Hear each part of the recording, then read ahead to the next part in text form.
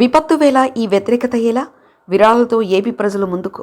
అన్ని వర్గాల నుంచి విరాళాలుగా జగన్ మాత్రం బుసలు కొడుతూ సీఎం చంద్రబాబు నాయుడు పిలుపు మేరకు సామాన్య ప్రజలు మొదలు పారిశ్రామికవేత్తలు, సినీ ప్రముఖులు ముఖ్యమంత్రి సహాయ నిధికి భారీగా విరాళిస్తున్నారు.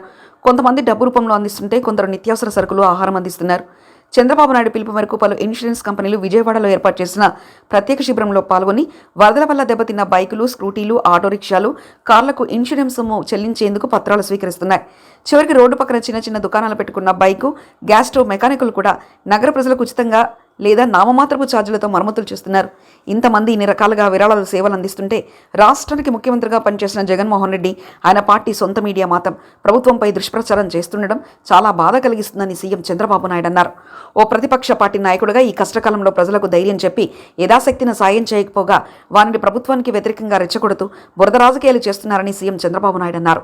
ఇటువంటి నీచ రాజకీయాలు చేసినందుకే ఎన్నికల్లో ప్రజలు జగన్కి బుద్ధి చెప్పారని, అయినా ఇంకా బుద్ధి రావడం లేదని సీఎం చంద్రబాబు నాయుడు అన్నారు. ఎన్నికలలో వైసీపీ ఓటమికి కారణం ఎవరు అని ఆ పార్టీ నేతలు ప్రశ్నించుకుంటే తమ అధినేత జగన్ అని చెప్పుకోక తప్పదు. వైసీపీ అంటే జగన్, జగన్ అంటే వైసీపీ అన్నట్లు వ్యవహరించేవారు కనుక వైసీపీ గెలుపోటములకు పూర్తి బాధ్యత జగనే అవుతుంది. నీచ రాజకీయాలు చేయిస్తూ పార్టీలో అందరి రాజకీయ జీవితాలను జగన్ తారుమారు చేసేశారు. నేటికి జగన్లో ఎటువంటి పశ్చాత్తాపం లేదు. ఆయన తీరు కూడా మారలేదని స్పష్టమవుతుంది. కనుక అటువంటి వ్యక్తిని నమ్ముకుంటే చివరికి ఏమవుతుందో గత చరిత్ర చూస్తే వారికే తెలుస్తుంది. మరిన్ని కథనాల కోసం సబ్స్క్రైబ్ చేసుకోండి మీ అక్షర శిల్పం.